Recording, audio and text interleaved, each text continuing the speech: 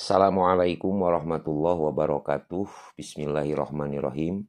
Salam hormat dan ta'zim bagi seluruh GPAI se-Indonesia yang pada saat ini masih dalam tahapan persiapan mengikuti PK online. Mudah-mudahan semuanya ada dalam kebahagiaan, curahan, limpahan dan karunia rahmat serta anugerah dari Allah Subhanahu wa taala. Kita berkomitmen berikhtiar semaksimal mungkin mengembalikan hasil kepada Allah Subhanahu wa taala. Tentunya apapun yang kita capai, harapan kita adalah itu yang terbaik menurut Allah bagi kita semua. Kita lanjutkan pembahasan materinya. Untuk soal berikutnya, soal 21. Sebagai informasi, soal 1 sampai 20 sudah kami sediakan di part 1. Sekarang kita menginjak soal berikutnya, soal 21. Teruskan ayat Al-Quran, khudz min amwalihim tutahhiruhum wa tuzakkihim biha. Jawabannya adalah A. Khud min amwalihim sodakotan tutahhiruhum wa tuzakkihim biha. Soal ke-22, Nabi Muhammad SAW bersabda, sesungguhnya Allah itu indah, lagi menyukai keindahan. Hadis ini diriwayatkan oleh Imam Muslim. Jawabannya A. Memang dalam hadis riwayat Tirmizi juga ada, hanya saja redaksi hadisnya yang berbeda. Kalau dalam hadis riwayat Imam Tirmizi itu langsung ke innallaha yuhibbul jamal. Jadi yang lebih tepat adalah A, hadis riwayat Imam Muslim. Selanjutnya soal nomor 23. Sifat-sifat terpuji di bawah ini kecuali A. Sabar, B. Ujub, C. Tawadu, D. Ikhlas. Kita mengetahui sabar adalah tangguh, sifat terpuji, tawadu juga terpuji, ikhlas terpuji. Berarti kecualinya itu adalah ujub, merasa atau membanggakan diri. Selanjutnya nomor 24. Berikut ini sifat terpuji yang harus dimiliki oleh setiap muslim, kecuali A. Adil, B. Jujur, C. Ridho, D. Husnul khotimah. Kita perlu disepakati bahwa adil harus dimiliki oleh seorang muslim. Manfaat atau perlakuannya berlaku untuk diri sendiri juga orang lain. Jujur sama, berlaku untuk diri sendiri termasuk untuk orang lain. Ridho untuk diri sendiri termasuk untuk orang lain. Nah, kalau husnul khotimah itu lebih cenderung kepada sebuah penganugerahan dari Allah Subhanahu wa taala. Jadi yang kecualinya itu adalah husnul khotimah. Nomor 25. Menutup seluruh badan selain yang dikecualikan terdapat dalam Al-Quran surah A. An-Nur 30, B. An-Nur ayat 31, C. An-Nur ayat 32, D. An-Nur ayat 33. Jawaban yang benarnya adalah An-Nur, surah An-Nur ayat 31. An-Nur ayat 30 menjelaskan tentang kewajiban seorang lelaki untuk menundukkan pandangan.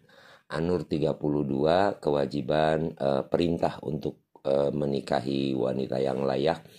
Nah, yang tepat yang isinya perintah kepada wanita untuk menutup seluruh badan selain yang dikecualikan itu ada dalam Quran An-Nur ayat 31. Selanjutnya soal 26. Memperlihatkan perbuatan baik kepada orang lain disebut A. Aniaya, B. Ria, C. Dolim, D. Takabur. Jawaban yang tepatnya yaitu ria. Sesuai dengan kata yang digunakan dari ro'a, memperlihatkan berarti ria. Nanti ada masih akhlak yang jelek itu sum'ah. Kalau sum'ah lebih cenderung memperdengarkan amal. Kalau ria memperlihatkan amal dari ro'a. Kalau sum'ah dari sami'ah memperdengarkan. Biasanya melalui cerita-cerita atau obrolan. Selanjutnya, amal yang mendatangkan mudorot disebut amal sayyi'ah. Sayyi'ah itu artinya amal jelek atau amal buruk. Sedangkan mahmudah adalah amal terpuji atau amal baik.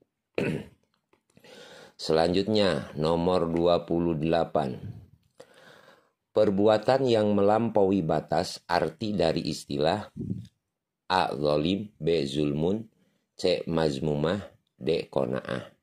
Lebih jawaban yang tepat adalah A. Zolim, perbuatan yang melampaui batas, arti dari kata zolim. Selanjutnya nomor 29, Quran Surah An-Nisa ayat 32, berisi larangan Allah untuk, jawabannya A. iri hati kepada orang lain. Jadi Allah melarang untuk kita mempunyai sifat dan sikap iri hati kepada orang lain. Karena itu termasuk sifat yang jelek yang diabadikan dalam Al-Quran, larangannya ayat 32 surah An-Nisa. Selanjutnya, nomor 30. Berdasarkan hadis yang diriwayatkan oleh Abu Daud, keburukan sifat hasad adalah A. merusak iman pemiliknya, B. mendatangkan bencana, C. menghapus kebaikan, D. merusak mental orang yang berbuat dengki. Jawabannya adalah C. menghapus kebaikan. Iyakum wal hasada fa innal hasada ta'kulul hasanat kama ta'kuluna narol hatoba. Jadi bahaya sifat hasud itu adalah menghapus kebaikan seperti api yang melalap kayu bakar. Selanjutnya, nomor 31. Menurut bahasa, infak berasal dari kata A. nafako, B. nafiko, C. pukoha, D. latifa. Jawabannya adalah A. nafako.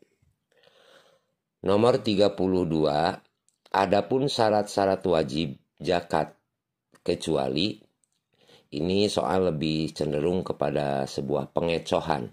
Adapun syarat-syarat wajib zakat kecuali A. Islam, B. milik pribadi penuh, C. salah semua, D. harta itu telah dimiliki selama 1 tahun. Dalam syarat wajib zakat, Islam itu ada, kemudian milik pribadi penuh ada, kemudian harta itu telah dimiliki selama 1 tahun ada. Berarti salah semua itu merupakan jawabannya karena kecuali. Jadi salah semua itu pengecualian dari jawaban yang benar. Selanjutnya nomor 33. Surah Al-Fatihah disebut juga A. Afdolus Surah, B. Ummul Quran, C. Ummul Hadis, D. Khairul Quran. Surah Al-Fatihah memiliki beberapa nama lain. Di antaranya adalah kadang disebut Ummul Kitab, kemudian disebut As-Sab'ul Masani, kemudian disebut Ummul Quran. Nah, di sini yang jawabannya yang tepat adalah Ummul Quran, induknya Al-Quran, sebutan bagi surah Al-Fatihah. Kadang juga surah Al-Fatihah disebut As-Sab'ul Masani atau disebut juga Ummul Kitab. Nomor 34. Tawaf yang termasuk rukun haji adalah A. tawaf sunnah, B. tawaf ifadah, C. tawaf nazar, D. tawaf kudum. Jawaban yang tepatnya adalah tawaf ifadah.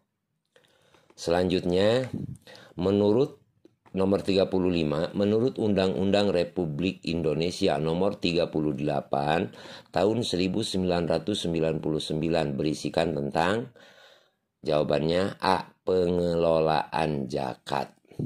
Ibu, Bapak, guru PAI bisa membuka untuk pengelolaan haji, berada pada nomor berapa, pengelolaan umroh, kemudian penentuan hari besar Islam itu terdapat dalam aturan Undang-Undang Republik Indonesia.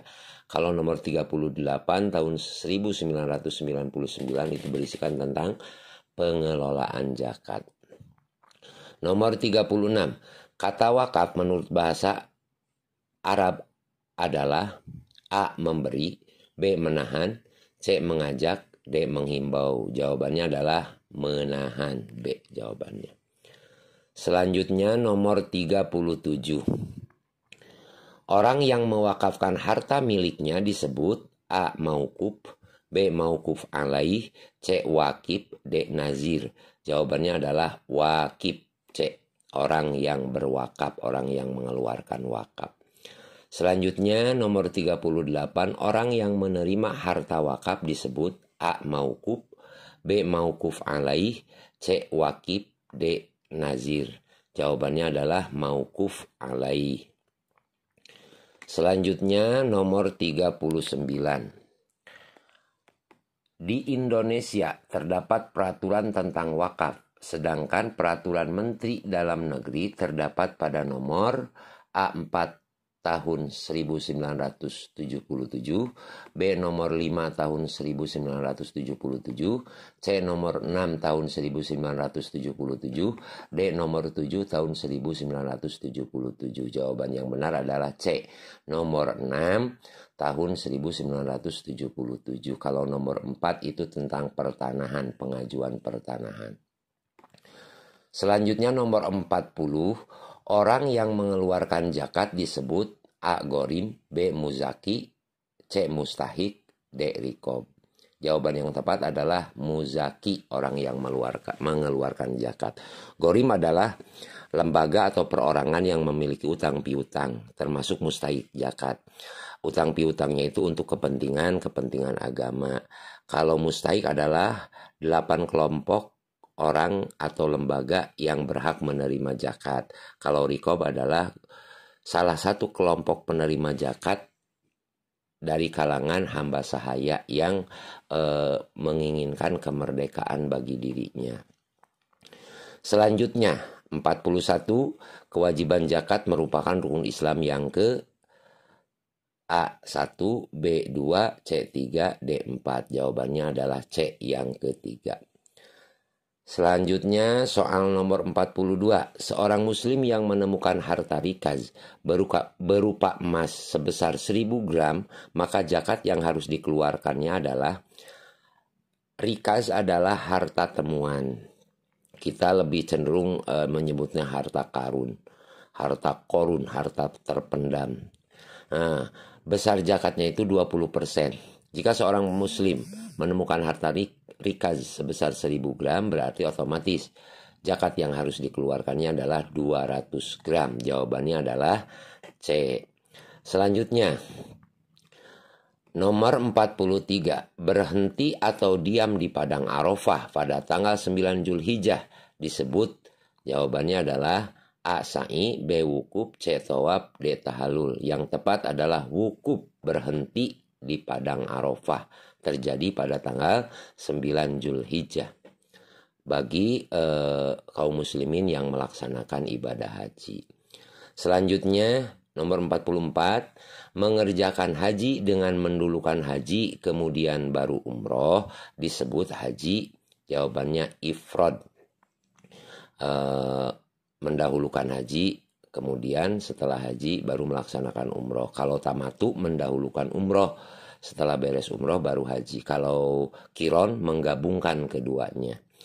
Selanjutnya 45. Kota Madinah pada saat Rasulullah masih kanak-kanak dikenal dengan sebutan kota Yasrib. A. Kota perdagangan, B. Yasrib, C. Kota pertanian, D. Darul Islam. Jawabannya adalah Yasrib, B. Nomor 46. Saat pertama kali diturunkan wahyu Allah kepada Nabi Muhammad SAW adalah pada tanggal 17 Ramadan. Jawabannya A. Sangat masyhur, tanggal 17 Ramadan. Selanjutnya 47. Perang Badar terjadi pada tanggal A. 17 Ramadan 2 Hijriah, B. 18 Ramadan 2 Hijriah, C. 19 Ramadan 2 Hijriah, D. Sa'ban 3 Hijriah. Jawabannya sama, 17 Ramadan, hanya tahunnya tahun 2 Hijriah, 2 tahun setelah Rasulullah hijrah ke Madinah. 48. Iyyaka na'budu wa iyyaka nasta'in, artinya A. Hanya kepada Engkaulah kami menyembah dan hanya kepada Engkaulah kami memohon pertolongan. B. Tunjukkan kami ke jalan yang lurus. C. Allah yang Maha Pengasih lagi Penyayang. D. Allah yang menguasai hari pembalasan. Jawabannya adalah hanya kepada Engkaulah kami menyembah dan hanya kepada Engkaulah kami memohon pertolongan. Kalau B itu arti dari ihdinas shiratal mustaqim. Kalau C yaitu pengertian dari ar-Rahmanir Rahim. Kalau D adalah arti dari Maliki Yaumiddin. Sekarang masuk soal 49. Langkah pertama yang dilakukan Rasulullah untuk membina masyarakat Islam di Madinah adalah, jawabannya C, mendirikan masjid. Nomor terakhir, nomor 50, sahabat Nabi yang ikut hijrah ke Madinah adalah A, Abu Bakar As-Siddiq, B, Ali bin Abi Thalib, C, Ali bin Fulan, D, Ali bin Abu Bakar As-Segaf. Maksudnya pertanyaan di sini adalah sahabat yang ikut hijrah menyertai Nabi, yaitu Abu Bakar Siddiq yang dalam kisah sangat masyhur ketika di perjalanan beliau Abu Bakar dan Nabi Muhammad SAW sempat beristirahat di Gua Thur, dan disitulah terjadi ketulusan kecintaan sahabat Abu Bakar saat dipatuk ular. Walaupun ia merasakan sakit yang sangat, tapi melihat Rasulullah sedang beristirahat, ia tidak berani mengekspresikan kesakitannya dengan suara.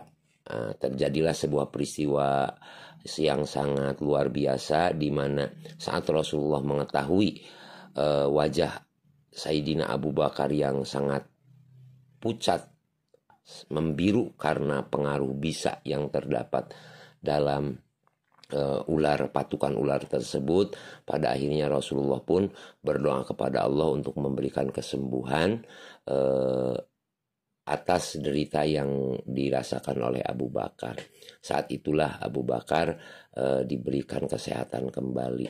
Itu bukti ketulusan Abu Bakar yang sangat menarik adalah beliau tidak berani mengeluarkan suara demi untuk membuat nyaman Rasulullah. Walaupun rasa sakit saat itu mungkin harus diekspresikan dengan sebuah atau teriakan yang sangat dahsyat, tapi beliau menahannya karena kecintaan dan sangat mengagungkan Rasulullah Shallallahu Alaihi Wasallam. Itulah keagungan akhlak sahabat Abu Bakar Siddiq. Mungkin untuk part yang kedua kita cukupkan sampai 50 soal. Insya Allah kita lanjutkan ke soal berikutnya di bagian selanjutnya. Terima kasih. Salam buat guru PAI semuanya. Sehat, sukses, dan selalu barokah. Wassalamualaikum warahmatullahi wabarakatuh.